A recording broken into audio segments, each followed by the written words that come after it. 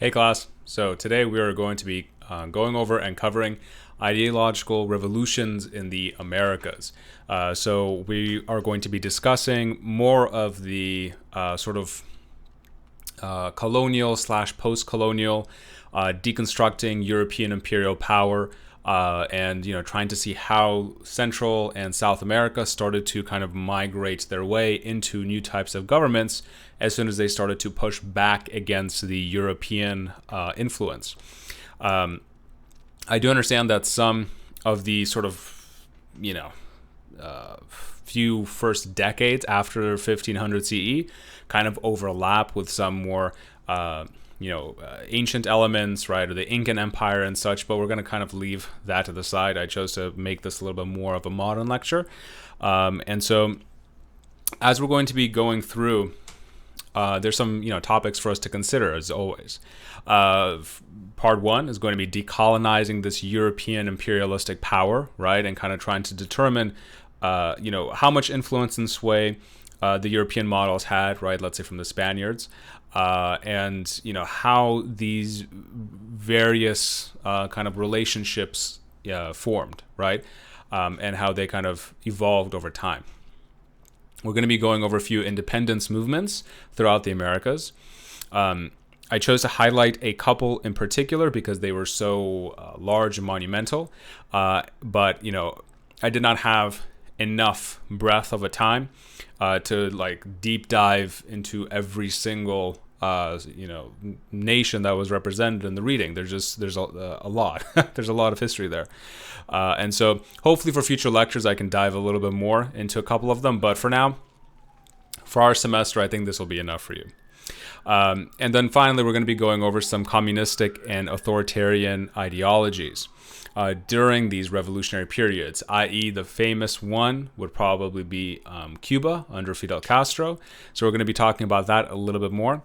And there's many videos and speeches that I found that were just so enlightening, right? So thankfully we have technology, right? And we have all of this availability from a few decades ago. And then we're going to be discussing just a little bit how the United States started to slowly interfere with Central and South American politics, right, as a rise to communism, and just for, let's say, maintaining political and economic hegemony over the region over time. And so we're going to be going over a few topics here and there, and we're going to touch base upon the United States a little bit, but not too much, because I want this to be more of a world history theme.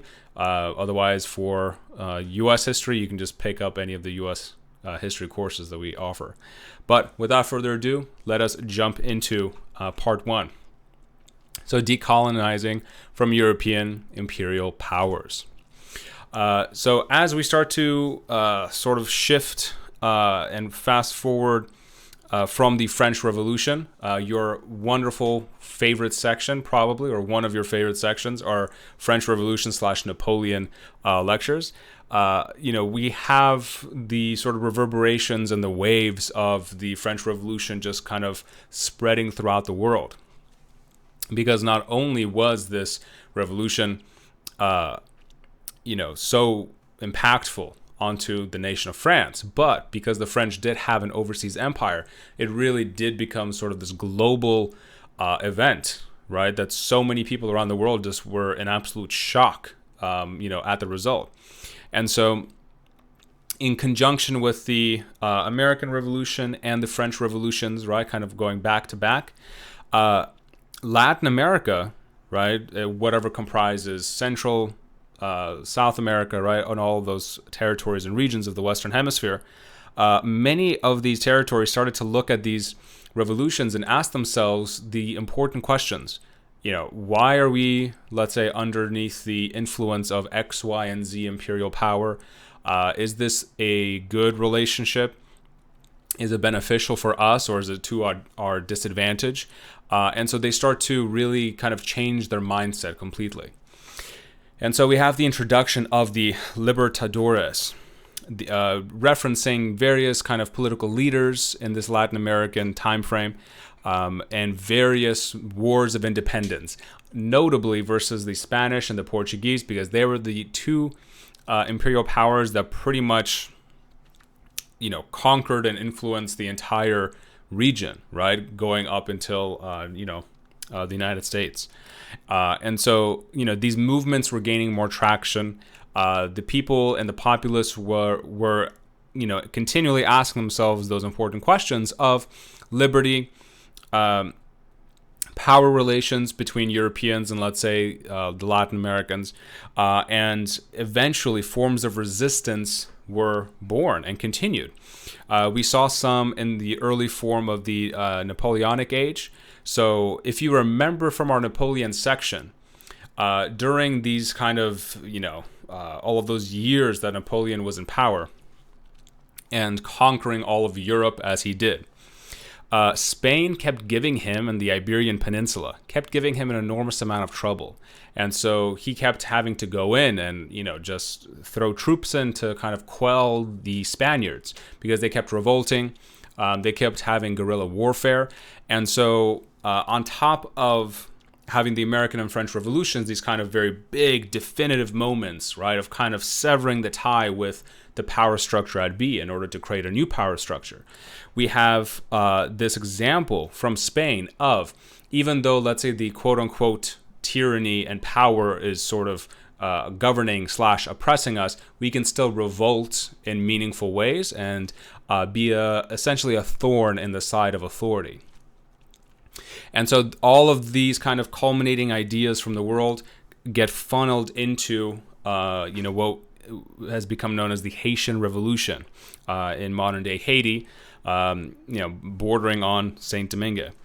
And so, Haiti was a province of France, right? It was a French colonial territory, and it was very profitable. It was extremely profitable due to all of these sugarcane plantations because as much as you and I probably love our sugar intake in the modern day and age with chocolates and soda and whatever else that we like to have on a daily basis, you could just imagine back in the day, right, what kind of very bland diets they would have. And so if you brought sugar in, it was just like, oh my goodness, right, sugar. And so it was a very profitable commodity for sure. And so the Haitians started to look upon all of these different, revolutions and ideas from around the world, and started to join together in various meetings. Typically in the beginning, they would join in, not in kind of very public meetings because the hierarchy structure at B within Haiti, in this sort of plantation, slave, sort of system that they had going on, was not very conducive for very public outcries of revolution. And so what they would do is they would, the very early founders and leaders would join in kind of these like traditional rituals, right, with dancing and, their own folk language, etc. But they would secretly communicate to each other like how they want the revolution to start. And so they collaborated, they talked about it, and eventually the Haitian Revolution was, fully underway. And this was seen, and it was, mostly successful, right, down the road as far as history goes. But, it was seen as a big issue to France because obviously they don't not want to let go of the very lucrative sugar trade. But around the world, even, the other European powers such as Britain started to look at all of these sort of uprisings, and they kind of saw the writing on the wall already. And so just a few years after the Haitian Revolution, the British Empire themselves actually outlawed the slave trade. And so slowly after their model, right, other nations started to outlaw it as well. Obviously, the United States being one of the last vestiges of, abolishing it decades and decades later. But this is kind of a map representing in the Caribbean what we're talking about. So right next to Cuba, we have the island where we have Haiti and Santo Domingo side by side. And so the Haitians on the left-hand side of this, island were trying to, take over various forts, taking over various territories away from the European power structures at B, and they were pretty darn successful. The revolution did last a number of years. It was not a very kind of quick, definitive revolution, but eventually they definitely brought their ideas to the table, and had essentially negotiations, right, with the European powers, which was a completely new dynamic, right? Because if you're trying to empathize or put yourself in the shoes of, let's say, the European hierarchy, right, whatever it is, and you have all of your colonials throughout the world, and right, they live to serve you because they are part of your empire, etc., etc. The fact that now you have to come to the negotiating table with your colonists is just, it's not what you initially envisioned having a colony would be like. And so it just goes to show you how much the power dynamics were starting to shift quite a bit. And so, obviously we have the kind of early form sort of revolutionaries, right, starting to talk amongst each other. And there was a very robust population in Haiti, going from the Europeans and the French themselves down towards, let's say, the mixed, right, the mixed group between European and, let's say, African or Latin-American blood and descent. We had freed folks as well. So you could have free Haitians, free Black Haitians, right, walking around, enjoying a lot of the same privileges and commodities as, let's say, their white counterparts. Some of the Black Haitians, even later on, were wealthy enough to own their own plantations and own their own slaves. And so it was a very kind of mixed and robust culture and population here. But obviously, as we're kind of like setting up the board of their society, not one that really can probably stretch out into centuries of stable rule. So inevitably, something had to break. And so the revolution was taking place, fights between the Haitians themselves, right, and the sort of European French / coalition troops with a little bit from the British side. And they completely and utterly turned the narrative on top of its head, because now, the Haitians successfully revolted. The rest of the world is looking at this example and saying, so if the Haitians can revolt, that means that potentially we can revolt too. Why are we still saying yes to this model of European dominance? And so it is a valid point. As soon as you see it done, as soon as the first person walks through that threshold of the door and shows you that the quote unquote impossible is actually more realistic than you envisioned, it opens the floodgates for more opportunities. And this painting here in particular, right, and I'll get my pointer here, obviously shows all of the sort of European troops, right, fighting against the Haitians over here. But amazingly enough, over here on the left-hand side, we have this victorious Haitian with the head of a slain European soldier / officer, right? Just showing in a very kind of beautiful imagery of, we are no longer going to be oppressed. Here's the head of, the French, right, who are trying to come back and assert their lifestyle, right, and economic modalities upon us. And there's a wonderful sort of deeper dive look at the leader of the revolution, who had a very interesting history. I hope I'm pronouncing his name correctly. Toussaint Louverture. Hopefully I said that correctly enough. He was originally a Haitian general and probably the most famous figure during the revolution. So he had military experience, of course, right? He is a general. And famously, he is known for emancipating the slaves in Haiti, and actually coming to the negotiating table and, creating a negotiating table with the French, which typically would never happen before. Later on, marched into Saint-Domingue and, wanted to create their own independent nation, right? Completely separate from Europe. And so later in 1801, as he was successful in rebelling in the western territory of Haiti, they entered into Saint-Domingue as well, freed those slaves. And around the world, they, Europeans and everyone else alike was completely amazed and baffled that, such a large-scale revolt was happening and successful. And so, at the time, Bonaparte himself, right, the famous Napoleon, saw, well, he did not physically see, but he recognized this new leader, right, of the Haitians, Louverture, and recognized him, understood him to be a fellow general, a fellow leader, but still saw him as an obstacle because he is still Napoleon and he wants to assert his dominance, right, over his empire and abroad. And so if the Haitians have a revolution against the French are represented by Napoleon, so in de facto he is revolting against Napoleon. It is a personal attack. And so the fighting continues.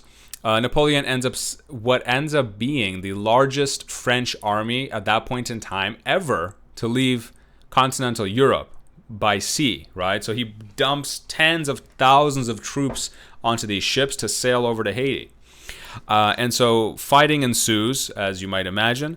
And the fighting was pretty bloody, but eventually Louverture has them sign peace, and promising that they will abolish slavery, right? So we will have peace, fine, we will end the resistance in the war, but you must promise you will end slavery, and they signed. And then in a very kind of tragic twist, and so Mr. Toussaint Louverture, he ended up retiring with honors, right? He was like folk hero on the island of Haiti. And he essentially retired, right? Job well done, right? Returning home as the victorious general that he was. And then very sneakily, the French and some other agents, they ended up capturing him after inviting him over, right, with a sort of kind of lull of peace. Captured him, brought him back to a French fort, and tortured the living life out of him until he died. What a way to go. Good job, French. So, the very important and historical impact of Mr. Toussaint came to a bloody and violent end. And so here's a couple videos on the Haitian Revolution if you want a little bit more of a context. On the left-hand side, we have just, a couple minutes, just a little short clip, maybe showing what some of the jungle fighting would have looked like on Haiti. And on the right-hand side with our chief resident historian, John Green. So he kind of dives into the Haitian Revolution a little bit more into depth. And so if you would like, definitely watch that. But, my kind of overall general thoughts and on the importance of the Haitian Revolution are a couple different ones.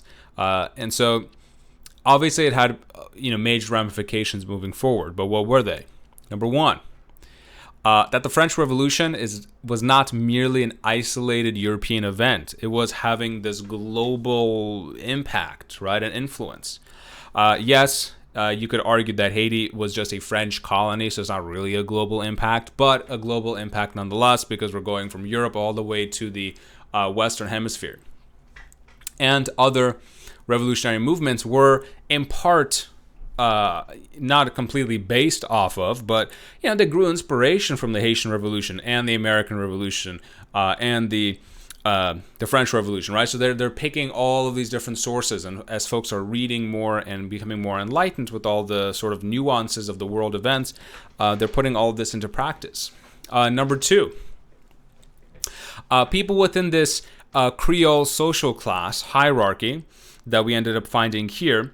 The Creole, class hierarchy was the one that I described, where the white Europeans are at top. We have the sort of mixed race in the middle. Anything from sort of middle class jobs and artisan jobs to being freed black Haitians, right, that could own their own plantations and slaves, to all the way at the bottom we had the actual just slaves, which were the majority of the population. But all of these folks within this social class hierarchy structure started to really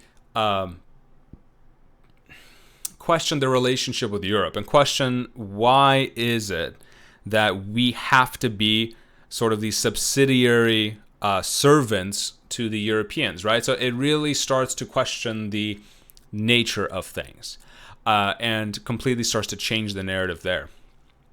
And number three, it started to show the very beginning of the end, right? The decline or the slow decline of European hegemony.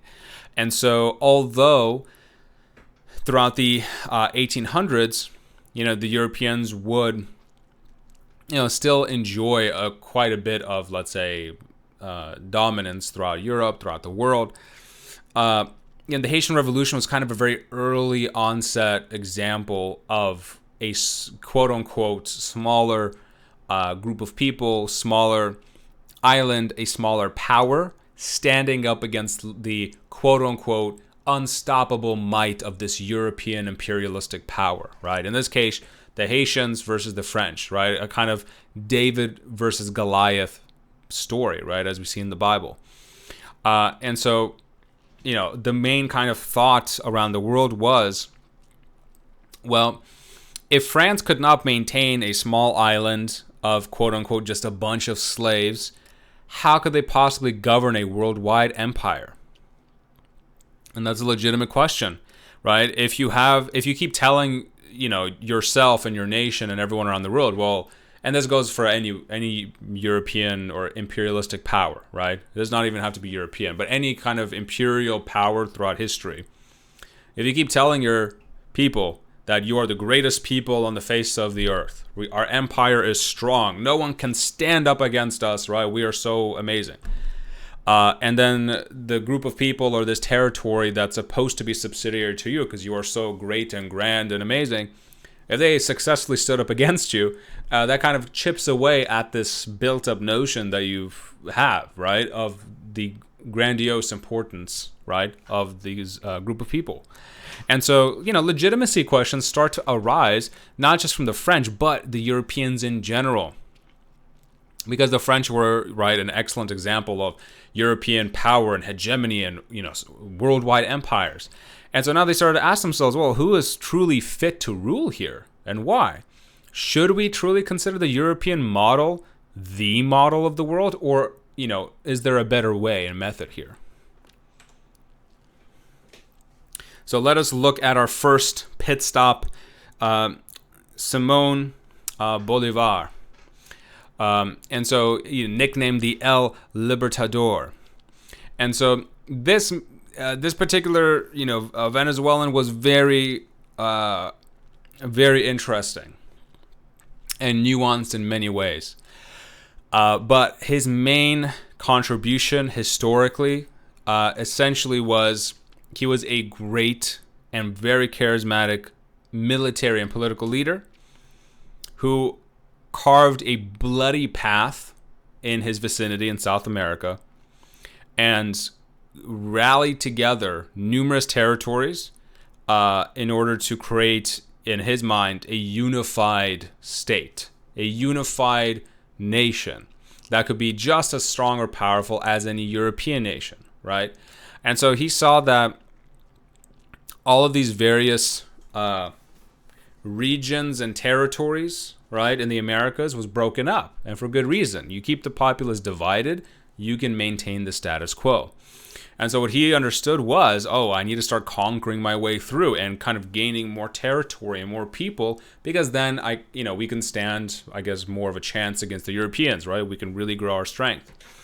And so he eventually acted as both president of Colombia and dictator of Peru. And under his rebellious, revolutionary kind of leadership, created several South American states that exist today from these sort of older Spanish colonial regions and territories. Currently, they are Venezuela, Colombia, Ecuador, Peru, and Bolivia. Bolivia, obviously being named after Mr. Bolivar himself. And so he was a native Venezuelan, but using the advantage of the sort of unstable, political situation caused by Napoleon's Peninsular War, he himself was leading a sort of victorious rebellion and revolution in 1821, resulting in Venezuela, boom, popping up on the map, being victorious. And the reason that he waited for the Peninsular War is because, like we said before, Napoleon kept going into Spain and kept going into, fighting the sort of guerrilla wars in the Iberian Peninsula. And so as, Spain and whatever encompasses the Spanish rule, as Spain is fighting Napoleon off, he sees an opportunity and a weakness, so he exploits it. And one thing that I have to sort of explain here as well is, because I'm sure it can get maybe a little confusing, Like, we're talking about Spanish-held territory, but like Napoleon is here all over the slide. And so how does that fit in together? So essentially, and I think I have a map here somewhere. Nah, that's for later. But essentially, imagine if Spain, right, and just envision to yourself, right? Spain has conquered, pretty much all of Latin America and Central America and South America, right? And so the small European nation of Spain supposedly owns most of this territory in the Western Hemisphere, right? And the Spaniards are so powerful. Now that Napoleon came into prominence in Europe, and Napoleon is just cutting a bloody path through the fields of Europe, he is essentially bombarding the Spaniards on their home turf and winning, right? He owned the territory, and essentially from all of the colonies around the world, i.e. in the Americas, the colonists are looking at these, at the Spanish back at home, right, in Europe, and saying, well, they kept telling us that they are the great Spaniards and we have to be their colonies, etc., but they just got their butts whooped by Napoleon and keep getting, the, bad end of the stick here. So once again, it completely changes the narrative and the mindset that they have of like, who is in charge here and why should they be in charge, right? Their empire is just as fragile as anyone else's, right? And Napoleon is completely coming in and smashing them. So this is a perfect opportunity for us to rise up and have our own independent state. And so the Creole class that we kept talking about before, right? Mixture of European descent and half European, half local-born descent. And then at the very bottom, right, we have kind of like the slave class or the Native American class. They end up hearing the rallying cries of Bolivar and start to flood towards him, right? He was a very charismatic individual, and so they started flooding towards him, building up his military, building up his support. Bolivar himself was born into a wealthy, right, kind of an aristocratic Creole family, and actually later, spent some time in Europe himself, right, in Spain, in France. And so while there, he was introduced to all of these sort of Enlightenment ideals, right, and philosophies, as we have seen in our previous lectures, right, all of these sort of new European models and intellectual thoughts. And so he, from a young age, was already kind of forming this idea of, well, I want to get rid of the Spaniards from my home territory, and we have all of the capability to govern ourselves, right? So we want to eventually overthrow them. And so he found that perfect opportunity during the Peninsular War, when the Spaniards and Napoleon are at each other's throats within Europe, and they're not really paying attention to what's happening in the colonies as much. And so he had his victories, right, militarily, and ended up creating Venezuela, right, as the independent country that it was. And so from Venezuela, his main base of operations, he just started to expand, right? He started to conquer for today's, right, Ecuador, Peru, Bolivia. And alongside his other general, right, Jose de San Martin, considered one of the greatest heroes, right, in these sort of all of these Hispanic independence movements, right, of the 19th century. Obviously seen as a mixed bag, right? A kind of very complex and nuanced character, just because, to establish something like this obviously does not come easy, and does not come without resistance. And so essentially he did build up this independent state and nation away from the Europeans, but, of course, building it on sort of a graveyard of bones. And so Bolivar himself, right, with his captains, with his generals, right, trying to ascertain how to best fight, the Spaniards and the powers that be. Also, putting down all of those Enlightenment ideas and governmental constitutions and everything else you do need. And eventually, they had this their nation state, right, if you will, of Gran Colombia. And so, this new states that he created, or that he envisioned to create, encompassed much of northern South America, right? And I'll kind of show the map here. And so in the northern sector of South America, right, all of these various territories, from Bolivia and Colombia and Ecuador and all of these, spots, he really did kind of go in and conquer as much as he could, right, and created his own state. But, unfortunately for him, his dream did not last, because as soon as he started to, kind of step down a little bit, or was not as much in charge, the dream fell apart, because he was the glue that was holding it together. And so, he created the Gran Colombia in 1819. Later on, by 1831, it had collapsed.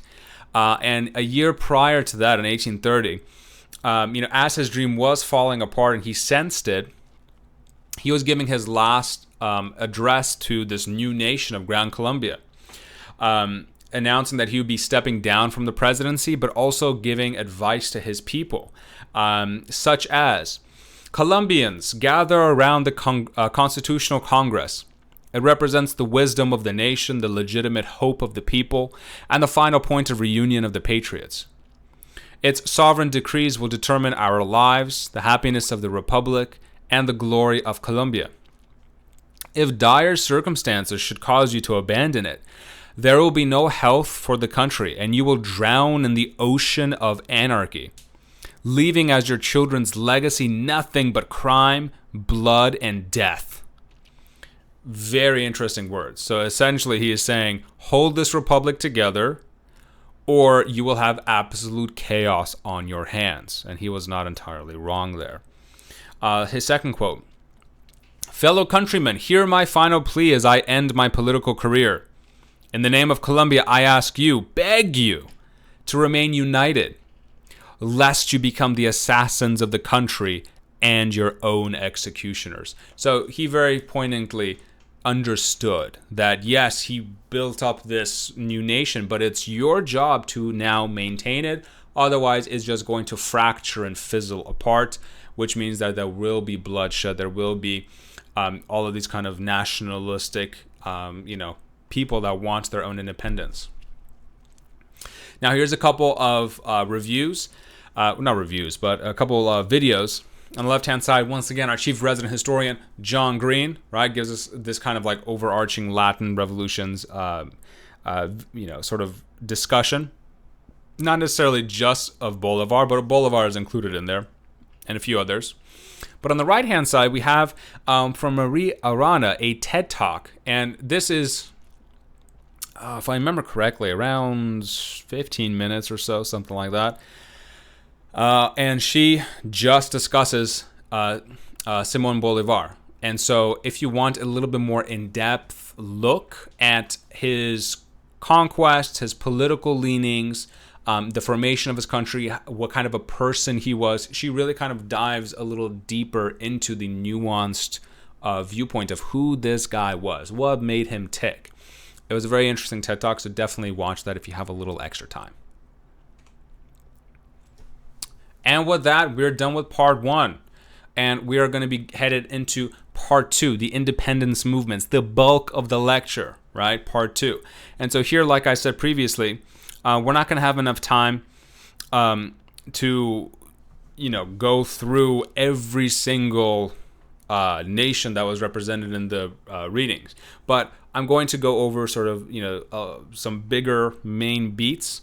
And at the very end, we're going to give some honorable mentions, right, to some of the other nations. So part 2 is going to be essentially looking at some of these other nations and countries and seeing how their independence movements progressed, what was important about them, and can we make some parallels or some comparisons between all of these Central and Latin American, South American, right, revolutions and movements? Was there similarities in them? What kind of the legacy has there been since? Well, this is the map that I wanted to show earlier. But essentially, so this was what by 1790, right before the 1800s started, what the Western Hemisphere was looking like. The Spaniards owned and exerted influence upon all of this territory here in blue. And the Portuguese had a few various islands here and there, and of course, the main territory comprised of Brazil, right, in the modern day. And so the Spaniards and the Portuguese definitely, right, kind of got the best end of the, I guess, colonization efforts here. But definitely a huge amount of territory. And as the 1800s are going to progress and unfold, we are going to see all of these regions and territories start to essentially wake up and say, hey, we don't want to be under the thumb of the Spanish anymore. We have had enough of this, and we are going to have our own independence movements. And so we're kind of going to detail some of those as we're kind of going through. The first one kind of being, or the main one going into what is going to become Mexico, right? Because that is a big chunk as far as the territory goes. And we have a lot of relations, right? Obviously, they're, bordered with the United States. And, part of the reading itself was also describing, because this is the Americas, North and South America. And so we will be detailing a little bit on U.S. history and their interactions with Mexico, right? And how the two powers kind of clashed occasionally. But throughout the Spanish territories, right, whether we're talking about within Central or South America, generally the structure was that hierarchical system. And it was based off of a racial / socioeconomic system where based off of your bloodline, you are placed into a, caste system, if you will. And so on the very high tier end would be the white European families, right? You, or called the Peninsulares. You are born in Spain. You are of pure Spanish blood and descent, right? You are white as snow, right? You are, well, I guess not exactly white. A lot of the Spaniards today are super tan, Q and Julio Iglesias, but you get my point, right? You are Spanish born. You have that European blood in you. In the middle, we have the mestizos, right? The offspring of the Spaniards and some local Indians, right, or native populations. And so here we had sort of, a large chunk of society. They could be ranging from those high-end, high-tier mestizos where you could be very successful in a rich businessman or having land for your own, or you could be, kind of just middle class, being an artisan, being a blacksmith, or, whatever other kind of job you have. And on the very bottom scale, we had the Indians and the black slaves, right, kind of being at the lower end of this kind of hierarchical caste system.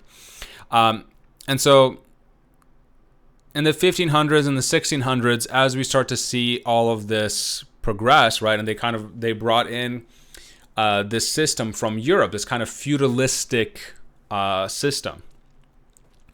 We start to see that the mestizo population, the ones in the middle, they are comprising the majority of the population out. They're working, they are contributing to society, they are the society. And so eventually, as they themselves, right, are going to be getting all this information from these various revolutions and the Haitians, the American and the French revolutions, etc., they themselves later on are also going to start questioning the nature of things. And the Spanish model, traditionally speaking, was focused on that kind of feudalistic side, where we had encomiendas and haciendas as a part of like the land structure. Because in a very feudalistic European method, life and society was delineated towards land usage, right? So that was kind of like a mainstay of a lot of it. And so encomiendas were these old covenants where you had the land, and particularly you put the natives or whoever else at work, right, who was non-European, to put them into work for manual labor purposes. And within this, you had the 3 Gs, right? In history, we love to call us the 3 Gs. So like the Spaniards' reason for going through the known world and colonizing and conquering their way through. The 3 Gs being for God, gold, and glory, right?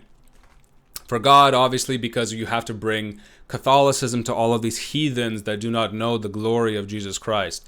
Gold, because you are going to plunder their resources and get all as much gold and silver and minerals as you possibly can to take back home and become monstrously rich. And number 3, if you are the ones that are doing so, right, and you're bringing back all of these goods and materials back to Spain, back to this Spanish crown, you have forever glory on your side and of your family's side, and you potentially might get a knighthood from the king or queen. And so as we're seeing the encomienda system, right, kind of go through its heyday, it eventually kind of gets migrated into this newer system called the haciendas, which is also agricultural in nature, but it did replace the encomiendas because over time, as you might imagine in the Americas, the Native American populations were getting decimated by disease. And so your workforce is starting to die off. And so you can't really have as much of a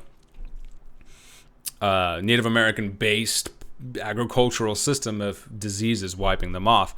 And so they started to change it away from a completely, encomienda style, hard manual labor agricultural system into kind of this hybrid morphed system of half agriculture, half economic systems and bartering and mercantile trading systems, right? So essentially encomienda, think of it as a bunch of farms put together for like hard backbreaking labor on the land. Haciendas being yes, there is some farming here and there, but also a lot of kind of merchant, producing goods type of, economy, right? So it's kind of like the next level. And as the Spaniards are kind of, going through and conquering and gaining more territory, eventually within the Mexico region, right? Because we're kind of focusing on the Mexico region right here. Oh, sorry. They start to eventually spread north, right? Kind of going into North America, especially, right? We're living in California. California used to be under Spanish rule and then Mexican rule for the longest of times. And so we start to see firsthand, or these like first borderland colonies, these early sort of colonial outposts in what is now the southern U.S., and especially in California, right, on kind of the Pacific coast, because they are trying to spread Catholicism. They are trying to bring civilization to the native populations, right? We have soldiers, priests, artisans, merchants, right, kind of coming in and settling into these military outposts. And so, this ends up really kind of picking up steam as we're starting to get all of these Europeans, the French, the British involved in trying to get into, North America and trying to get a slice of the pie, because the Spaniards and the Portuguese were the first ones to really just come through and conquer the New World, right, as much as they could. But as they're trying to spread into North America, the Brits, the Dutch, and the French are saying, well, we want a slice of the pie as well, right? And so as far as North America goes, or whatever today's continental United States goes, we have the Spaniards kind of accelerating things and even coming into New Mexico and establishing Santa Fe in 1609, another missionary outpost, as we've seen with these kind of borderland colonies. And here we see, a nice number of cultural exchange, right, between the Spaniards, between the natives, in something called acculturation. The difference between assimilation and acculturation is assimilation with starting with ASS. It is when I want for you to come into my dominant society, and you will absolutely and completely get rid of everything that you know about your culture or language or whatever else, and you will just become part of my culture. Acculturation is a mutual exchange of ideas and goods and culture. So I learn something from you, you learn something from me, and we both benefit. And so the Spaniards here were communicating with the natives and the populace around these missionary settlements, and so they were learning about irrigation, new crop techniques, and the Native Americans were learning Spanish, the language, Catholicism, and building churches, right? Because God, gold, and glory. And so for anyone in class that is of, let's say, Catholic upbringing or some type of Latino Hispanic upbringing, a lot of this early form settling from the Spaniards have these reverberating effects centuries later, even today. And so, as the Spaniards are moving through North America, the territories such as Arizona, California, Texas are all being colonized by them. And so it becomes a race of like which European power can get here first, because we don't want the Russians or the English or the French to own any of this land. As we can tell from here, right, from our Spaniard, holdings. Eventually, of course, where's my cursor?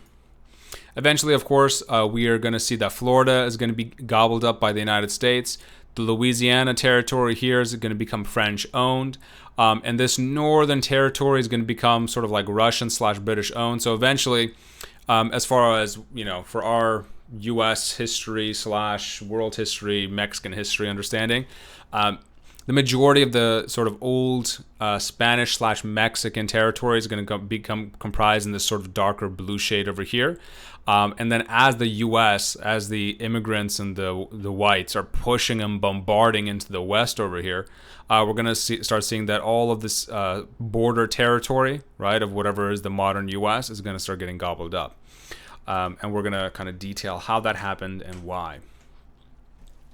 If any of you have ever had a sort of elementary school project of making a mission, right, a kind of California mission, and decorating it and coloring it, and it's kind of like a nice little project. All of the missions on the coast of California, right, in all of these various cities, being named after some saintly folks, right? San Diego, San Juan Capistrano, Santa Barbara, San Francisco, right? All of these various things.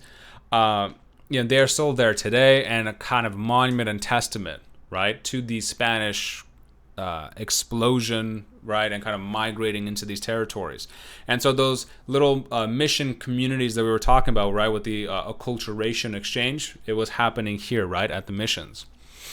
And then we start to see that, pretty early on in the 1800s, that, all of these new, understandings of ethnic differences between the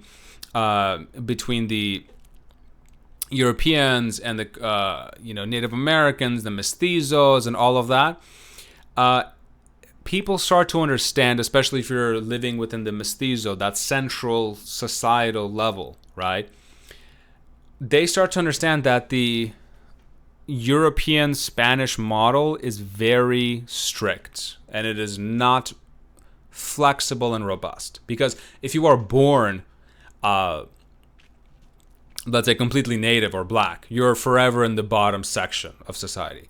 If you are born a mestizo, you are never going to pretty much get, or almost never, I can't say never, because we do have instances of it, but it would be highly unlikely for the mestizos to, let's say, become regarded as the same as the sort of, high-end peninsulares, right? The Spanish-born, more lightly skinned Spaniards. And so, for many of them, they were just getting fed up. They were just saying, well, this is not really working out for us too great. And so they start to resent Spanish rule and Spanish domination. They wanted more rights. They wanted more opportunities for their positions, right? And so on and so forth. The feudalistic Spanish model was no longer working for them. And so in 1810, we have Mr. Father Miguel Hidalgo revolting against Spain, leading the people into what eventually was going to become the Mexican independence, and the nation state of Mexico is going to be born.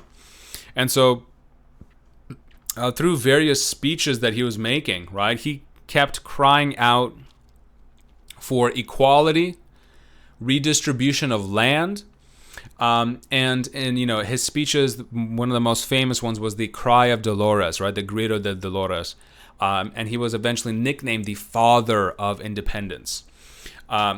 And so, obviously, this is not just a one-man show, but he's kind of just boom put into one of those, like, catapulted into a pedestal of becoming a folk hero, right, of Mexican independence.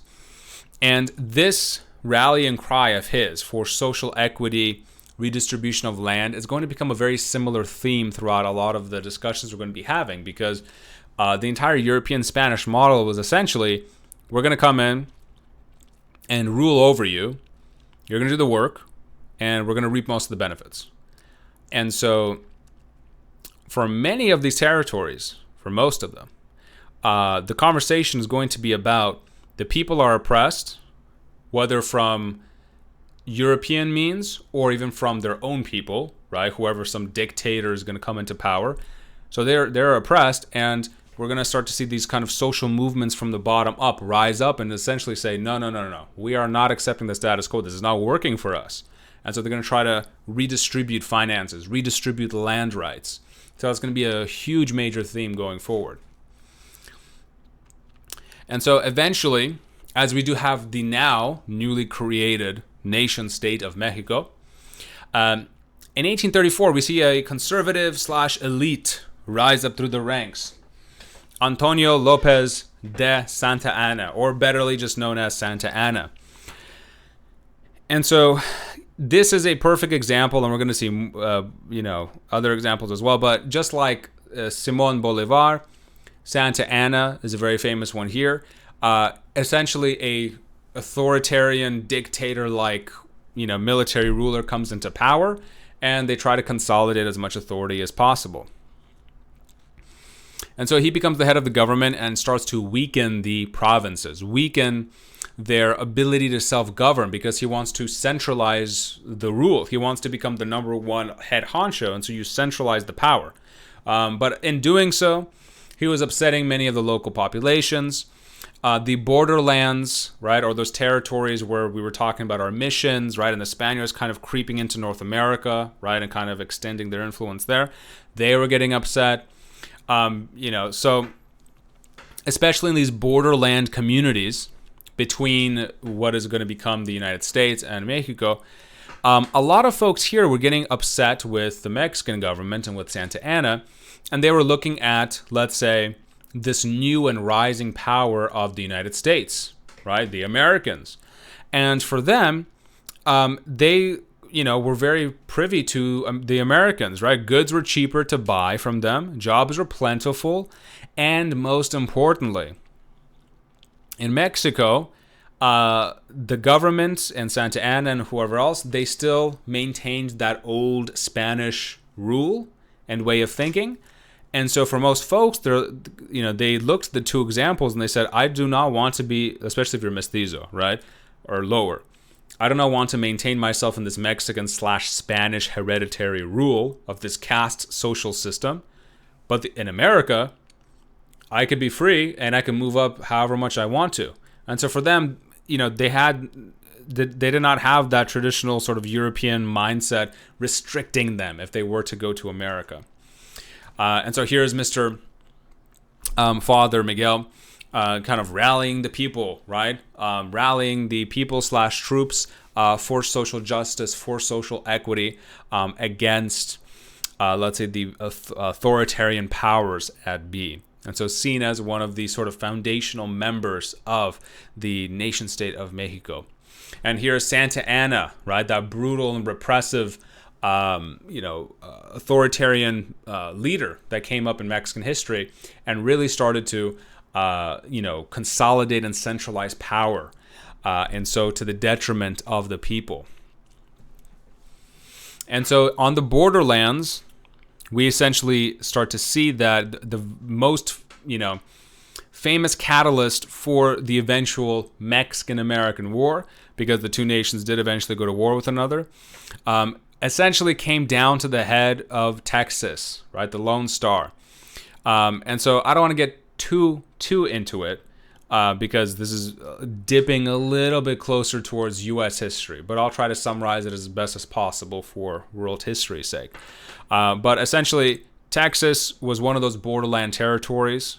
People were upset, and they started to say, you know what, the United States looks a hell of a lot better than the old Spanish Mexican model over here. And so they kept petitioning to Congress to annex Texas, to incorporate it into the United States. And eventually they did. creating the 28th state for the Union.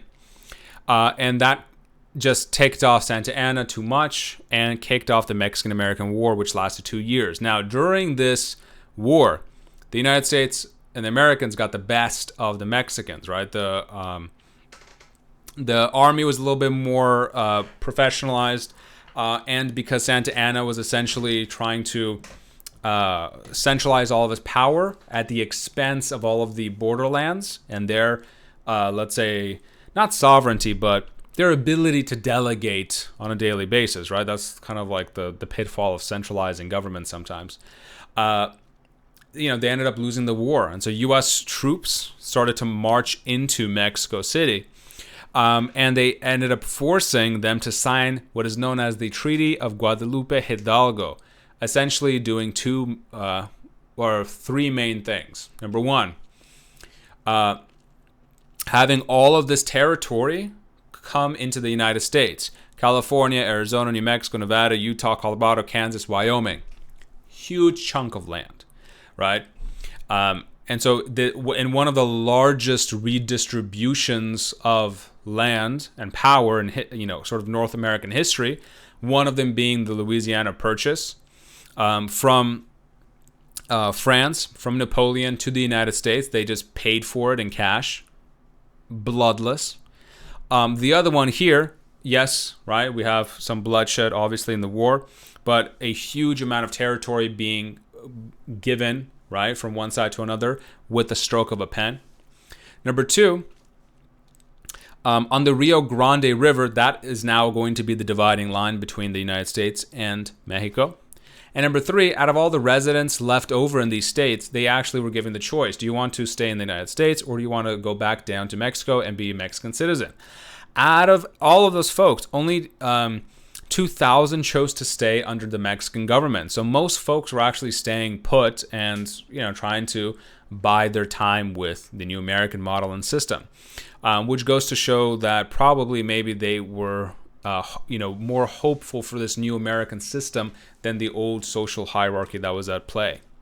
And so here's a couple of great videos from the History Channel detailing what was the Mexican-American War, and detailing the Texas Revolution a bit. So just to give you a little bit more context of what was happening on the border. Eventually, Spanish Florida ends up coming under the guise of the United States, because essentially the U.S. wants to expand, right, and flex their territorial muscles as well. And so even Florida eventually comes under the guise of U.S. rule, and so Spain is, ceding that territory as well. And so at least from this geographical region of the world, we're starting to see the rise of the United States and pushing back against these old colonial powers. And so let me get my pointer here. And so if this was the traditional, let's say, landscape of North America, right? We have here the United States or the Union. Eventually they gobble up Florida. The Louisiana Purchase over here, essentially doubling the size of the U.S., was just bought and paid for from Napoleon because he needed extra funds to, fund his European wars and expeditions. And then from the Mexican-American War, over here, the Rio Grande River, right, on the very bottom side of here, the Rio Grande River is going to become like the dividing line, for the United States and Mexico. So all of this territory over here, including Texas and all of this, is going to come into the acquisition of the United States. And so, yes. Here we have this is a little bit longer form. And so, if you have the additional time, I think it's around 40 minutes or something like that. But it details the Latino-American experiences, right, during this time frame, from the viewpoints of the Mexicans, from the viewpoint of the Puerto Ricans, and anyone else from like Central America who end up eventually coming to the United States and wanting American citizenship. So it's pretty cool from that end, and I would highly recommend for you to watch it if you're really interested in that time period. But eventually going into our theme of revolution. So we've seen that, Father Miguel wanted for the people to have more rights, for the people to have more, say-so. And so they created the independent nation state of Mexico, away from Spanish rule.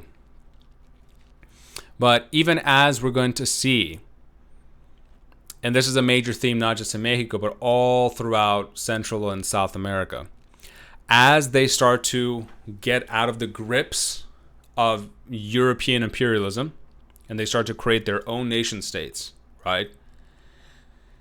Whoever comes into power starts to become very corrupt and authoritarian, and they are essentially military leaders slash authoritarian dictators. And so once again, the people feel oppressed.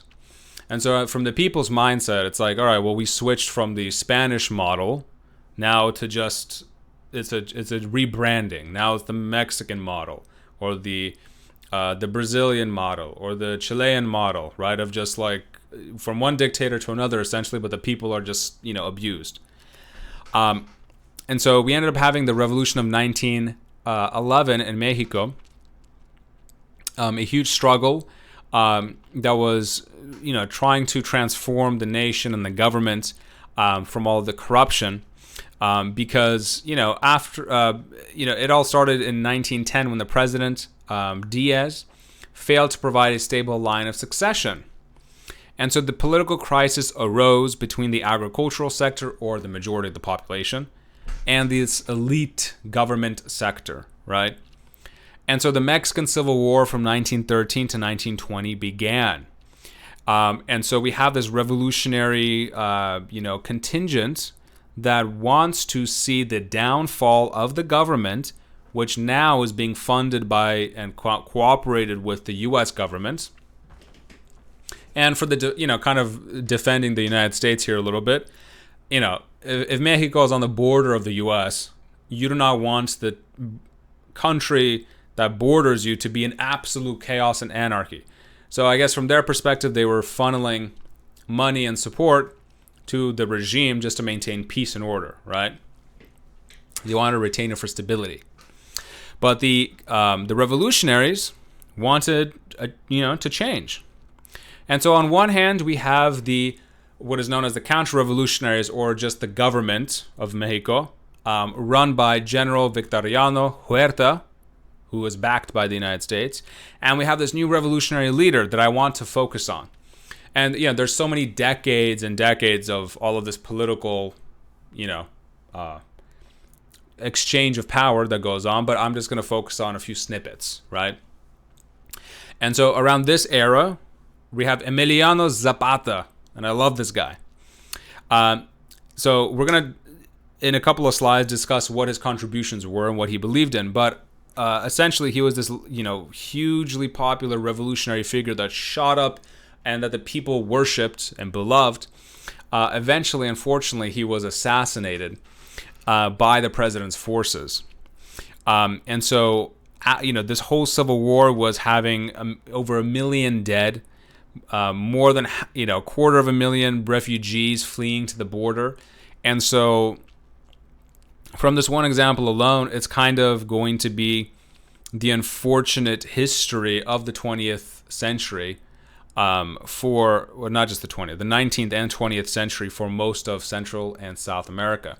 Many upheavals, many changes of hands of power, military dictators coming into power, constitutional governments being formed, those governments being toppled. Like, it's a back and forth dynamic, right?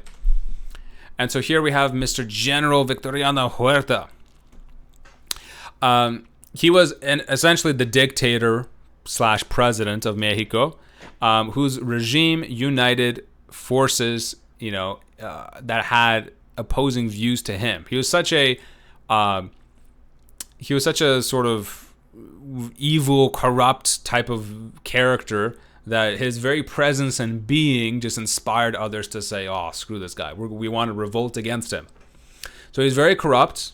And the reason most people did not like him is because he arrested the previous president, Madero, and essentially just installed himself as the president. It was essentially a military coup. And so not the very democratic of policies, right?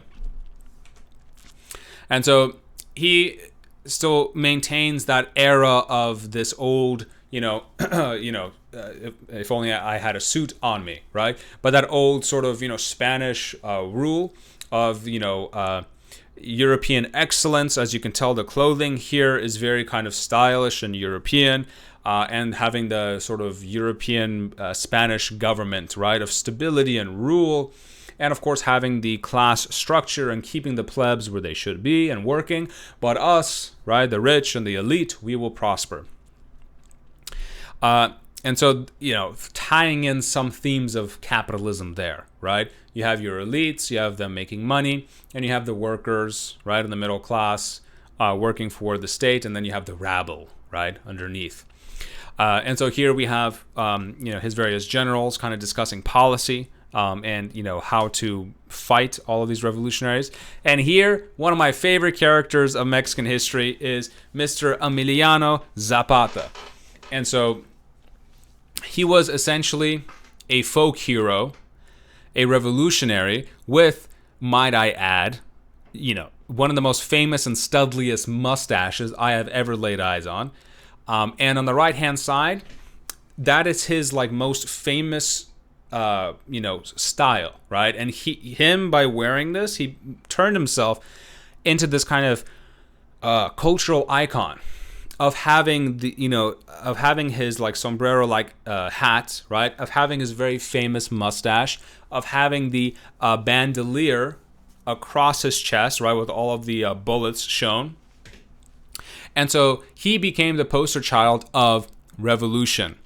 And he was championing, just like Father Miguel had when Mexico was just born.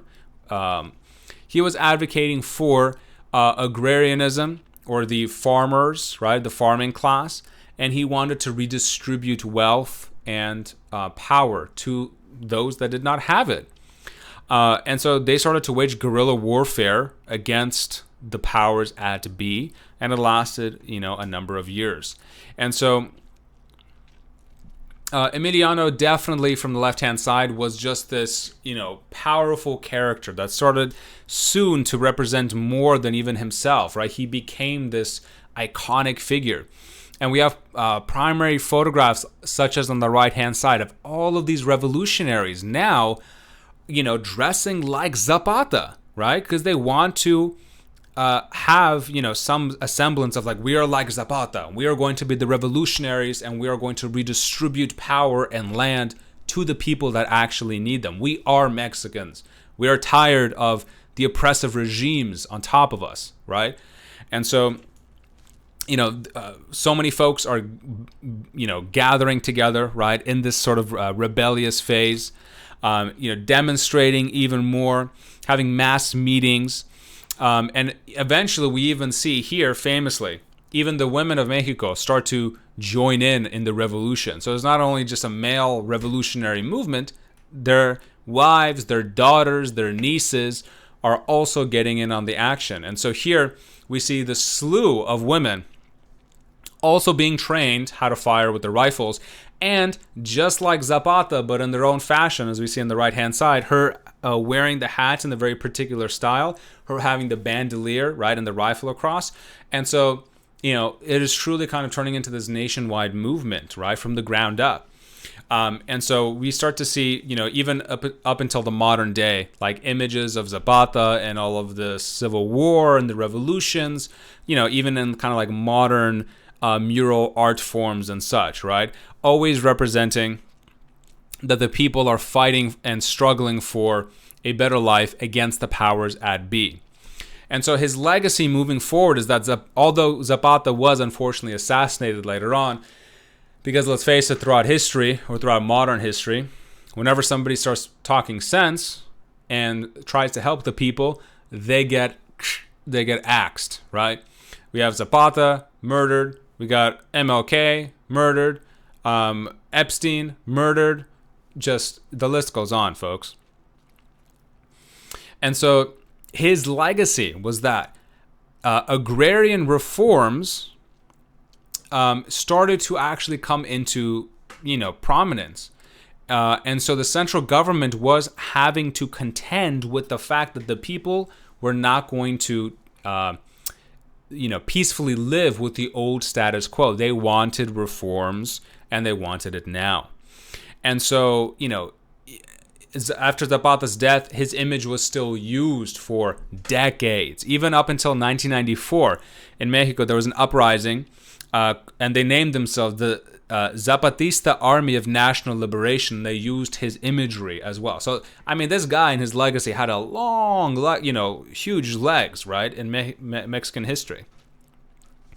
And as we're kind of moving forward through the 20s, the 30s, the 40s, we've had obviously our lecture on the Cold War, on Marxism, and sort of the U.S.-Soviet tensions, but they come into here again, right? And so that's why I made my two lectures, one on the Cold War and one specifically on the Bolshevik Revolution, because it was pretty darn important and it had so much influence around the world. And here, after Zapata's, unfortunate death, we start to see that his legacy comes forward even more for the next generation of leaders. We have Álvaro Obregón, revolutionary general and president. He was flirting with with Marxist ideas and heavily conversing with members of the USSR. And his debates.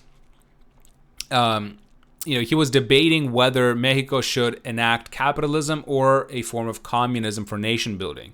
And we've talked about this a little bit in our previous lectures, but, especially in Central and South America, this is important as well. So as a lot of these nations are decolonizing, stripping themselves from this old European grasp of power and influence in their clutches, they start to ask themselves, okay, well, the majority of our population is agricultural, they're on the poorer side.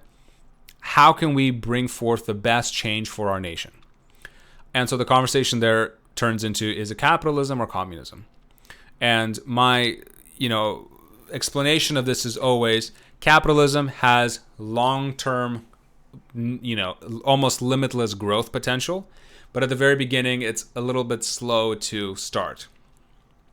Versus communism, in the very beginning, let's say if a military dictator comes into power, they could immediately take over all of the businesses, take over all of the agriculture and the factories and everything else, and almost overnight, completely rearrange the structure of society to for the benefit of the people at the bottom. Right? So you're redistributing power, you're redistributing money and finances and housing.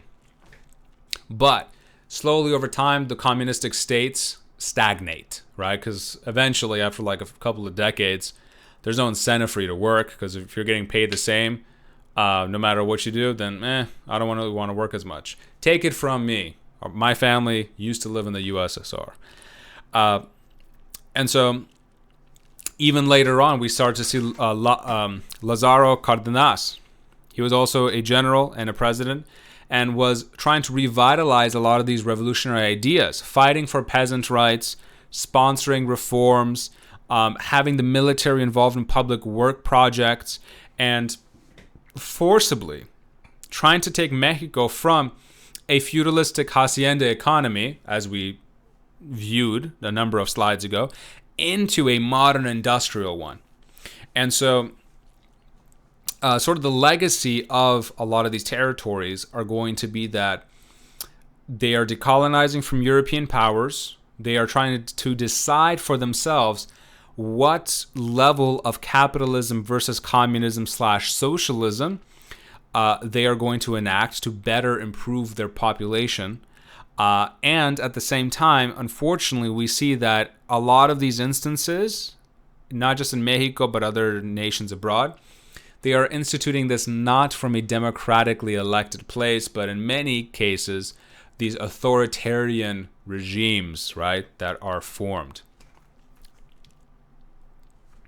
Now, let me do a little bit of a pit stop. Since we're in the Mexico territory and we talked about the Mexican-American War, let us talk a little bit on America, and then I'll bounce back. So we're not going to spend too much time on the United States, but just a little bit. because it was part of the reading. And just to kind of put it into perspective of why the Mexican-American War was a thing, why they were pushing against each other, and so on and so forth.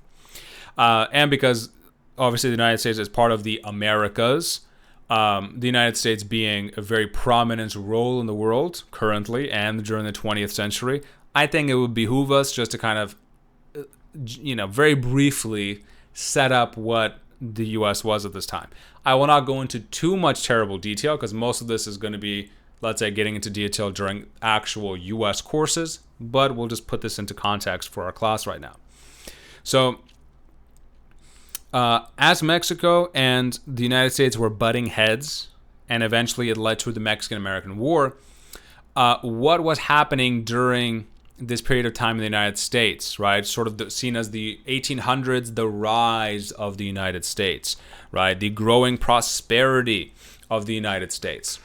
In one word, in two words, in one phrase, manifest destiny. And so manifest destiny was, this idea that God had endowed the United States with the right to expand territorially from the Atlantic to the Pacific. And so it was essentially their God-given rights to expand from the Atlantic Ocean all the way to the Pacific Ocean. And you might as well, right? The land was quote-unquote plentiful. The Native Americans were fleeing, quote-unquote. And all of this open land was just available for them, right? And I'm kind of generalizing a lot of my usual lectures here just to consolidate it. But, for the sake of argument, that's what it was. And so they were just pushing westward. And so as soon as they're butting heads with, the Mexican government, it eventually leads into the Mexican-American War.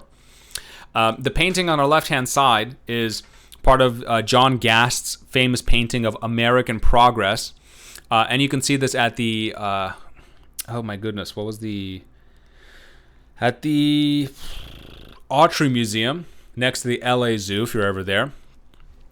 It personifies Lady Liberty moving across the West, bringing all of the technology and the trains and the station wagons and the telegraph posts and the farmers, etc. And, all of just this shining light of civilization to what is seen on the left-hand side of the painting.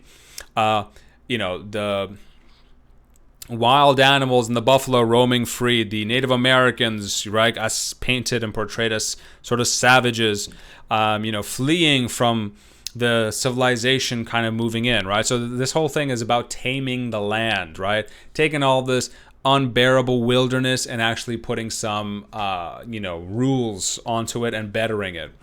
And so that was the mentality of the Americans at the time. We were going to push through. It is our God-given rights, and we were going to make everything here better. And so if you want a little bit extra in-depth view onto the manifest mentality or the manifest destiny, definitely watch the video here on the right-hand side. It's like 2 minutes long, I think, on what manifest destiny was. The term, right, manifest destiny, was actually coined by John O'Sullivan, but for decades he was not really given a lot of credit for coining the term.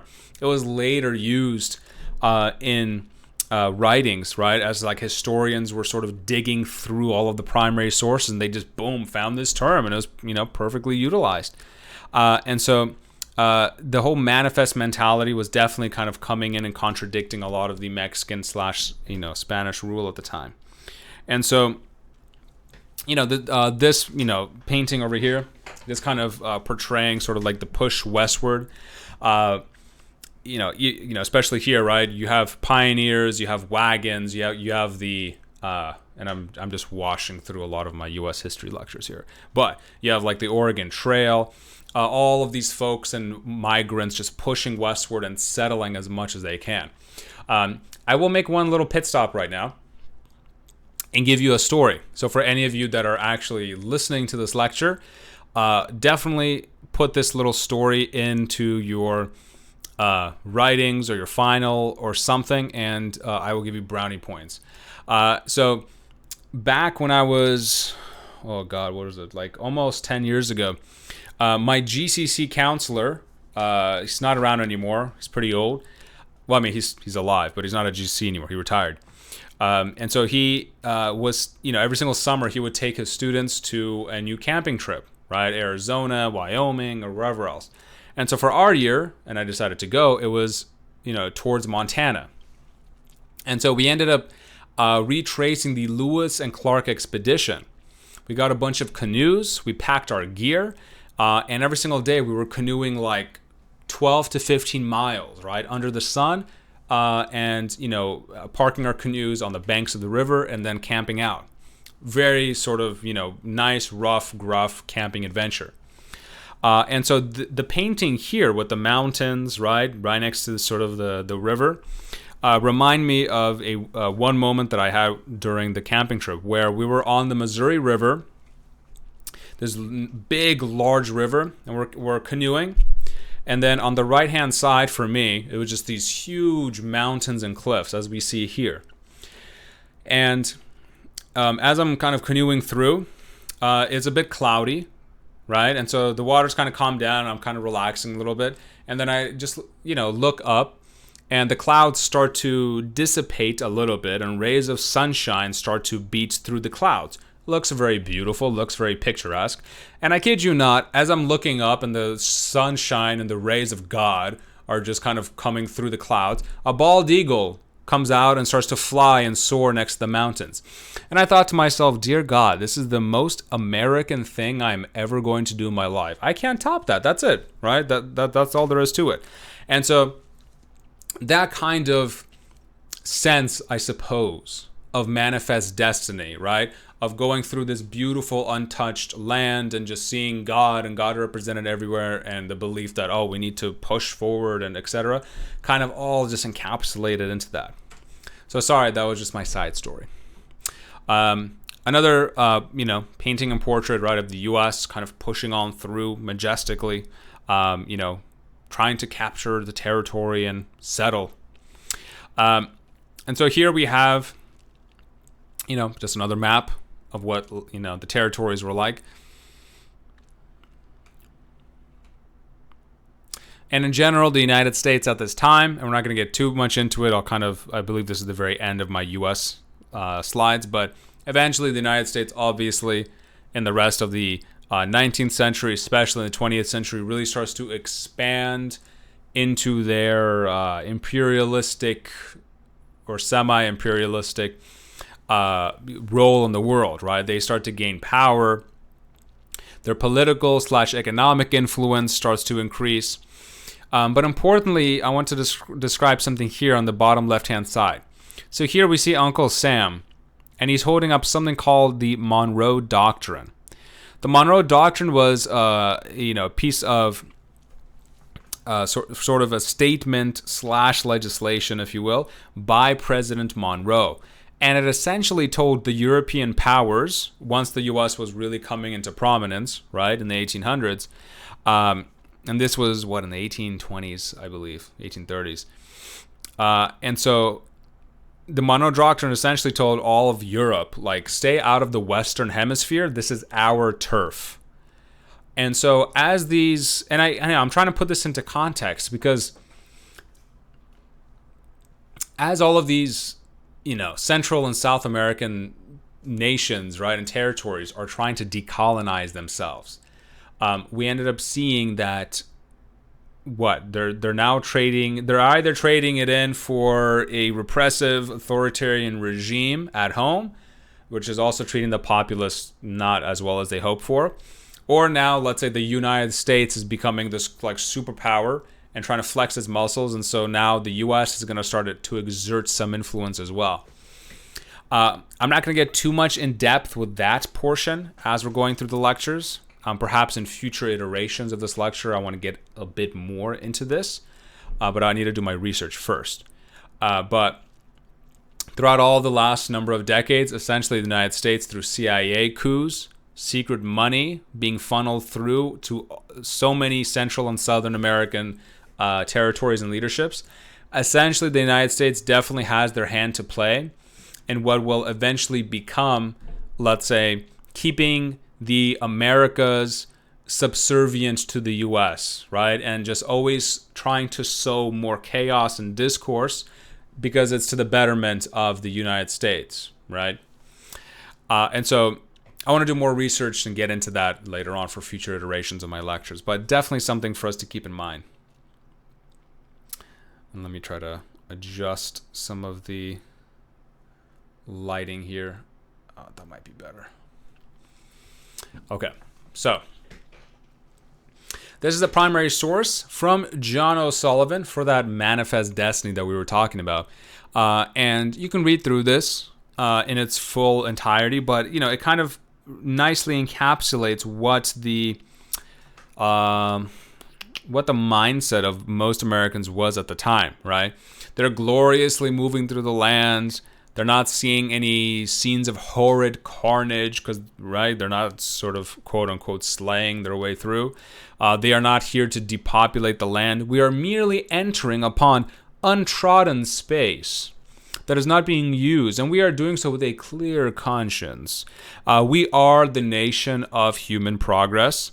Providence, or God, is with us, and no earthly power can stop us, right? So, when you have an entire nation of people thinking this way, how can you stop them, right? It is truly just, we are the chosen ones, we are the people, we are kind of moving through.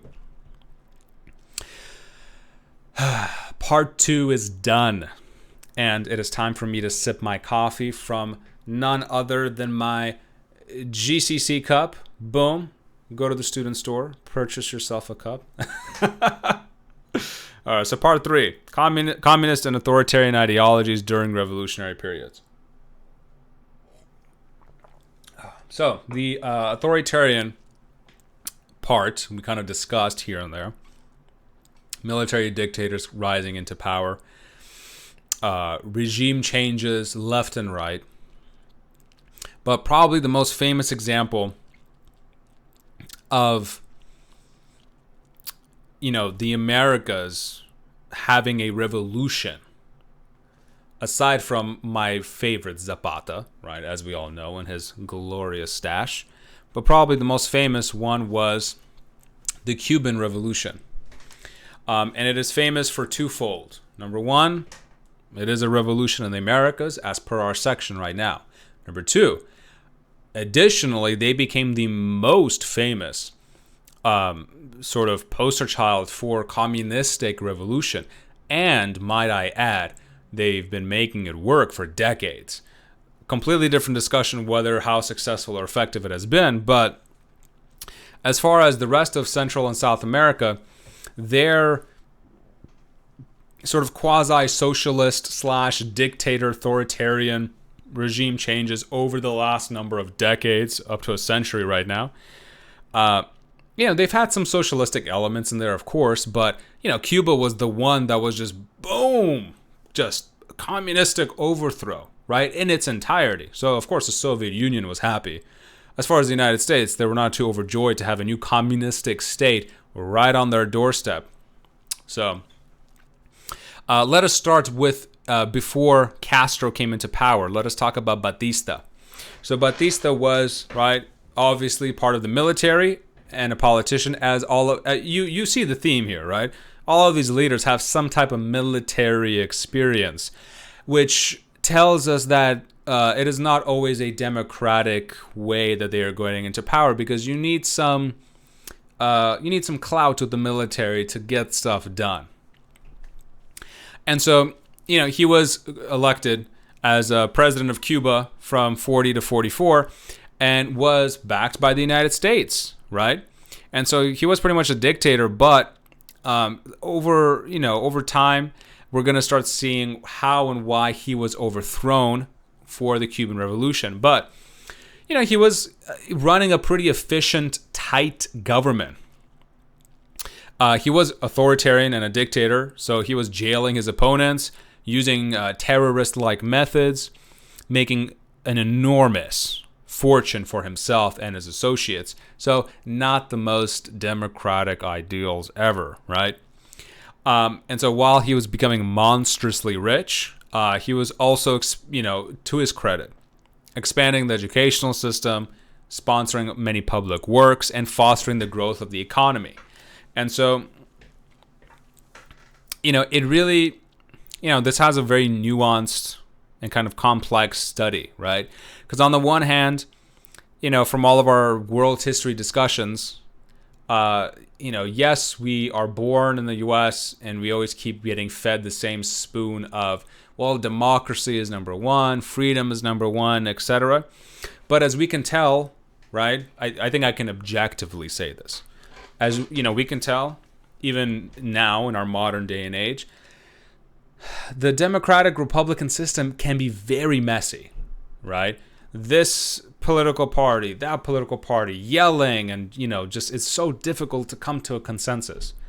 So there is some, I suppose, merit in having just a singular authoritarian ruler that can just delineate the policies and just say, this is what's going to happen. That's it. End of discussion. That is one big advantage of, let's say, our Napoleon era, of our Tsar Russia era, under Mao and the Communistic Party of China, right? It has its advantages. But of course, the people suffer a little bit depending on the severity of the rule. And also, they do not have as many democratic freedoms and ideals. But essentially, throughout all of my historical understanding so far of world history and of nation building, it's always a balance between stable rule of the that the people of society enjoy, and their democratic freedoms and principles. So as the democratic freedoms and principles increase, right, the rule and stability kind of decreases a little bit and becomes a little more chaotic.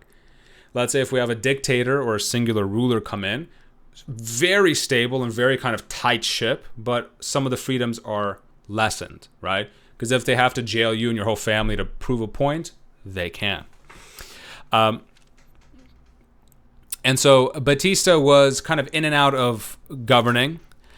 He was out for 8 years, out of power in Cuba. And there was a huge resurgence of corruption that was coming in, and essentially almost a breakdown of public services. And so he returned to power. The United States helped him get back into power again. And so, he was, actually widely welcomed back because, like I said, for the people, yes, he was jailing some of his opponents. Some folks were being terrorized, probably if they were super corrupt themselves. But for most of the people, it's like, yeah, we hired or we quote unquote elected a wolf into office to lead us, but like he's keeping people in check, right? Similar to, let's say, Putin in Russia. The man, wields a mighty fist. The man is anti-LGBTQ. The man, rubs elbows with some of the dirtiest people in politics, but you cannot deny he runs a tight ship. He's like ex-KGB. You can't mess with the guy. And so this man in here, right? So we have Batista. He returned as a brutal dictator because as he came in and all of this corruption is happening, you have to come in with a hard fist, right, to settle it down. And so he controlled the university systems because all of these crazy ideas were being proliferated, or communistic ideas, Marxist ideas, throughout the university systems. So he controlled them, controlled the press, was asserting dominance on the Congress, and was embezzling large sums of money from the economy. I'm guessing so that he could funnel money and funds into other locations of what he needs to do. But for some folks, like Fidel Castro, this was seen as too much. For Fidel Castro, he was seeing all of this as the pinnacle of imperialistic, capitalistic, corrupt leadership, right? Because, they were just being used and abused by Batista, and let's say there was no protections for the people themselves. And so, the regime of Batista was eventually toppled by Fidel Castro, who started all of these guerrilla warfare attacks, right, onto the Batista sort of regime. And Batista eventually fled with his family to the Dominican Republic. Later, exiled onto the Portuguese island, right, where eventually, right, he would just live out the remainder of his days. But this essentially comes into the fray of communism in Cuba, in Havana, right? We have Fidel Alejandro Castro Ruz. And so Castro, as he's famously just known as, was the leader of Cuba from 1959 to a whopping 2008. The man, the myth, the legend. You have to give him credit. He outlasted, and I'll say this, so I want to say it now or after? I'll say it now. He outlasted 10 U.S. presidents. Every U.S. president tried to overthrow him. Every U.S. president tried to stick it to him. The man, from what we know so far from the CIA documents, the man has had over 600 attempted assassinations on his life. Could you imagine? And this is recorded in CIA documents. They literally thought of almost every single way to kill the man. Poison his food, put something in his face cream, give him a handkerchief with terrible disease on it. Like they thought of everything. They thought of giving him an exploding cigar as soon as you light it, right? And so he survived all these decades and all these assassination attempts. But who was he, right? The man, the myth, the legend. He was a symbol of communist revolution in Latin America and became the symbol of communist revolution in Latin America. He was a Marxist-Leninist and a Cuban nationalist, right? So Cuban people were first. He wanted for the people to have a better life, and he thought the best way for that to happen would be under this Marxist-Leninist style from the Soviet Union. So he graduated from 1950, began to practice law, so he was a very intellectual man, and then eventually became a member of the reformist Cuban People's Party, or nicknamed Ortodoxos. And so in March of that year, the former president, Batista, like we talked about, overthrew that intermediary government, right? Because Batista was out of power for a few years. They had an intermediary government, and so later on, because the corruption was becoming so high, Batista came in to, take the reins again. But he did so in a very brutal way. And so Castro did not like that. Castro did not approve of his methods. And so he essentially waged full-scale guerrilla warfare against Batista and won a string of victories over the government. And the government and the army and its forces, because they had loss after loss, they became so demoralized. And, the army started to crumble.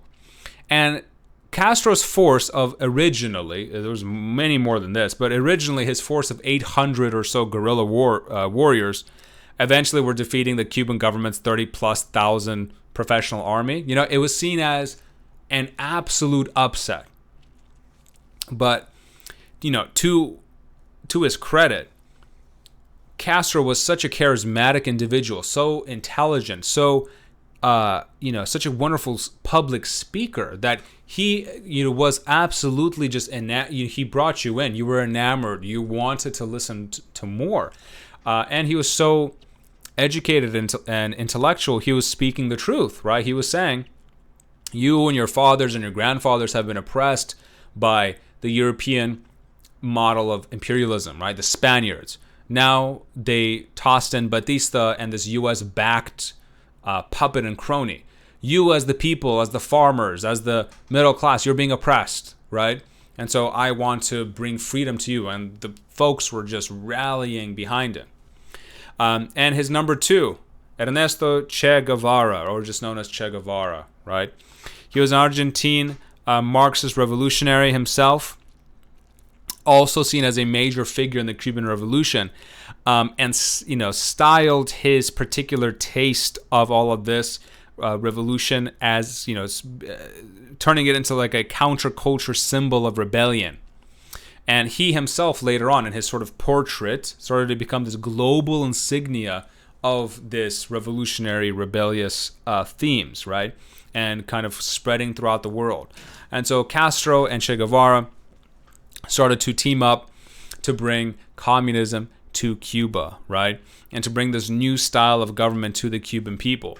And so they began to theorize, once they finally attained power, which was seen as a huge upset, they started to theorize, okay, well, what's the best route for Cuba and for the Cubans? Essentially, they took over all of the American interest, all of the businesses and the companies and the factories and the corporations. They turned it into state assets, and they redistributed wealth, they redistributed property as they saw fit. And there comes advantages to this as well, right? And so the people themselves at the very bottom, they did see an improvement, an upliftment. Their wages increased, food was plentiful, people were not, going hungry or starving. Through their policies, they ended up attaining a literacy rate of 96%, almost unheard of around the world, especially in quote-unquote second or third world countries. And so, they had a lot of things that were going for them. And the Che Guevara image on the left-hand side was eventually turned into, this popular, scene, this kind of popular poster, right? So if you ever, see a Che Guevara sort of poster, it is from this photograph that they took it, and they sort of paint and wash it black and red to turn it into kind of a nice little, propaganda like poster. But something I do want to kind of parallel with is that during the Cuban revolutions, right, a lot of the sort of communistic fist in the air was being used. And, that kind of heralds back to the Soviet Union propaganda where the worker has his fist up in the air, and it is a sign of revolution. It is a sign of the people, and the workers are going to rise up against the capitalistic, imperialistic establishment. If you notice, if you have seen your Instagram feeds absolutely bombarded by the new black fist, the fist is exactly the same as the communistic fist propaganda for the new Black Lives Matter movements. That is not a surprise. The original founders of BLM, they've said that they are very privy to some Marxist ideals, and so they got some inspiration from them, right? And so the entire idea of there is this oppressive system built on top of you, right? And that the people themselves at the bottom, right, who are, let's say, oppressed or feel that they are oppressed, need to rise up and redistribute things to make it a more equitable society. So history comes back, right? Even today, modernly, with everything going on. So interesting to have these parallels be made. This is a great speech I found from Che Guevara on imperialism. And so here he states his views on imperialism throughout the world, throughout Cuba, and tells the crowd why the sort of old style of imperialism is not to the benefit of people in society and who actually, what's the word I'm looking for? Who actually prospers from this kind of dynamic, right, that has been established throughout the world. So not too long of a video, definitely worth a watch if you have some free time. So this is my super slide of videos. Welcome. So upper left-hand side from Vox is a general kind of U.S.-Cuba relations overview of a few minutes. Kind of portrays, what's been going on between the United States and Cuba through the revolution and how tensions increased. Upper right-hand side, we have a History Channel kind of highlight on Che Guevara. Who was he? What he believed in. On the bottom left-hand side is a TED Talk educational video on Che Guevara, going a little bit more into detail on who he was, and what his kind of viewpoints were, and eventually what happened to him, because he eventually left Cuba, went to Africa to try to rile up and incite more communistic revolutions. That wasn't too successful. He eventually went to South America, tried to rile them up again, but the local South American governments, in conjunction with, in conjunction with the CIA, ended up rounding him up, right, and eventually leading towards his death. And so at the bottom right-hand side, we have sort of a BBC News recap and kind of going through some general decades of, Fidel Castro, his life, and what happened over the last number of decades. Because he did die at 90 years old. Survived 10 U.S. presidents. Funny enough, and I'll say this here, and I think I have a portrait somewhere, but funny enough, Fidel Castro always famously said, "I will only die when America dies," right? When the American empire and the imperial gluttonous capitalism of America dies. That is the only time I want to die. And then people made comparisons because he passed away in 2016, and who was elected president in 2016? Trump. So, so folks were just like riling up and saying like, "What?" So not to be partisan here or Republican or Democrat, but it's just a funny comparison. So maybe that was the beginning of the end. All right, so guerrilla forces. Here is a wonderful video that I found of Fidel Castro in his younger years, actually in the field as a guerrilla fighter. And it's amazing that we have this, right? Like, thank God for technology, because this is just a beautiful insight. But he's speaking to the camera and to the reporter on guerrilla warfare, why it is the preferred method of warfare by these new revolutionary organizations against this larger power structure. And also he discusses various themes of modernism, inequality, imperialism, etc. It's around 5 minutes long, but definitely you get to kind of get a feel of, this young man's, at this point in time, relatively young man, just how much charisma he had, right? And how much intellect he had, the way he formulated his words and thoughts and his ideology intermixed with everything he was saying. He was definitely, right, a very effective leader, and he galvanized the population to rally behind him. But here's a definition on guerrilla warfare. So I think I went through this a couple of times before in some of my lectures, but just for the sake of, here's the guerrilla warfare. When you have a smaller military force going up against a bigger military force, you cannot stand toe-to-toe with them. So guerrilla warfare essentially is your smaller force picks at them and fires at them and does as much damage, and you retreat so that they cannot fire back at you. And you do that over and over and over again. And you keep hitting them in the weak spots. And so the idea is eventually with a smaller force, you can inflict so much damage to the enemy that they will either give up or it at least gives you a fighting chance, right? Here is Fidel Castro in 1995 in New York, right? The United States, giving, and this is pretty long. So this is only if, for the righteous of us world history folks in my class. For everyone who wants to sit through, I think this is like an hour long or something like that. So if you have nothing else to do this week, listen to the man's speech. So he's comparing the revolution and all of his ideals to the civil rights movement, right? And kind of trying to peacefully bridge the gap between the U.S. and Cuba. And so over the decades, although initially, obviously his revolution is built upon restructuring society, making it better, more equitable for his people, not having a dictator in power, saying no to these sort of oppressive, imperialistic societies and models that he studied in history and in the past, and he saw a form of that with Batista. As the decades went on, he did attempt to, reopen negotiations with the United States. Obviously, they're the huge superpower right next door. And so in this particular case, he was invited, he gave, having free passage to New York, amazed that somehow the CIA did not assassinate him here. Absolutely amazed at that. But, he gave a speech. It's pretty interesting, so definitely give it a watch if you have some time. So those other notable highlights that I was talking about, as far as the readings go.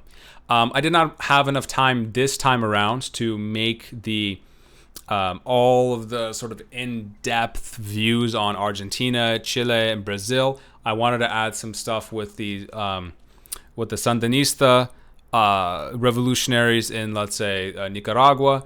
There's just so much history to cover. And so hopefully by next semester or this next iteration, I can, kind of pinpoint a little bit more. But for the sake of, kind of encompassing all of our themes so far, from Argentina, from Chile to Brazil, all of these territories had, very similar pasts of what we've been discussing. Regime changes, oppressive authoritarian rulers coming into power, some of them tickling the idea of incorporating communism to better galvanize the population and redistribute wealth and equity amongst the populace. And some having, such as Brazil's case, eventually incorporating more of a free markets model to their system, although there's still kind of a military dictatorship. And so, yes, let's say their economy started to boom in places like Brazil, but let's say poverty was still, ravaged throughout many sectors of the country. And so, for many of these nations, it's been a very tumultuous time. Decolonizing, setting up their own governments, having military regime changes and coups and assassinations left and right. It's I don't want to paint too grim of a picture, but it's definitely a struggle. It really is. Modernly, Brazil is also still dealing with poverty issues. The Amazon rainforest, all the deforestation that they're doing is because of their growing economy, but that's obviously leading towards more environmental issues. One place that's not mentioned here right now is Venezuela. Venezuela right now is going through an immense, economic depression / civil war, because their leader is just this oppressive figure. And it's not being mentioned anywhere in the U.S. politics, right? No U.S. media is, let's say, focusing on Venezuela. And they're sitting on one of the richest oil reserves in the world. The people are being, put down and abused. They can barely afford food or medicine. And the president is still being propped up. And so where's the CIA there, right? Where's that American justice and freedom that we keep talking about all the time? And so, I don't know whether this is just some large conspiracy theory from the United States to just maintain some semblance of dominance over the region. Perhaps it is, who knows? But the regions have definitely had a long, arduous few decades of decolonization, coming into their own national sort of mindset to feel comfortable in their own shoes, and finding a stable, successive, let's say, government model and system that does not require or center around, let's say, brutal regime changes. Modernly, things are definitely getting better, but as we've seen, or from the readings we've seen in the 1900s and going into the late 1800s, things have just been a little tumultuous, to say the least. And so, that's the America's experience, pretty much. Dealing with some issues of decolonization, intermixing with Europe, having a little bit of the rise of America, but once again, I didn't want to get too far into it because that's like the whole America series in a U.S. class, and kind of detailing, let's say, some communism, capitalism themes interspersed, which herald back to our USSR and Bolshevik Revolution lectures. So hopefully this was, keep bumping into my microphone. Hopefully this was interesting for you. Thank you so much for staying here, listening to the lecture. Here is a wonderful meme I found in terms of Fidel Castro's supposed 600 plus assassination attempts intermixed with the Last Jedi memes. If you've seen that movie, hopefully you appreciate it. And the final argumentative paper is being due August 2nd by Sunday night. The final study guide will be up very soon. And then next weekend, we are going to have our final exams. Thank you so much for being here today. I really do appreciate it. I hope it was worth your time. It was definitely worth mine, and I hope you enjoyed it. I will see you around for our final lecture coming up into this last week on the Middle East. Thank you so much, and I'll see you soon.